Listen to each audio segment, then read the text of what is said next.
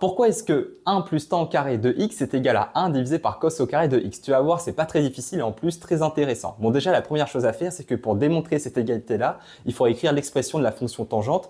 Et on a donc que tan de x est égal à sinus de x divisé par cos de x.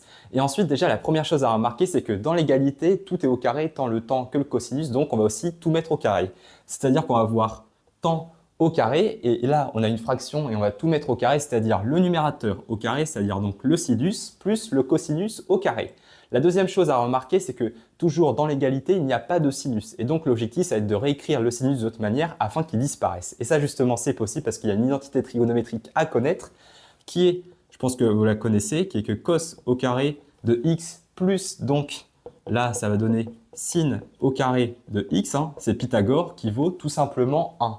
Et donc, à partir de ce moment-là, on va pouvoir écrire que sin au carré de x, eh bien c'est 1, et on fait passer le cos au carré de l'autre côté, c'est-à-dire cos au carré de x, moins cos au carré de x. Et donc maintenant, on réécrit tout ça, on a bien que tan au carré de x, c'est égal à 1 moins cos au carré de x sur, encore à nouveau, cos au carré de x.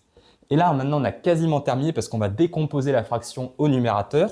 C'est-à-dire qu'on va avoir 1 sur cos au carré de x. On retrouve bien ici le nombre qui nous intéresse, moins 1 tout simplement, parce qu'on va avoir moins cos au carré de x sur un nouveau cos au carré de x.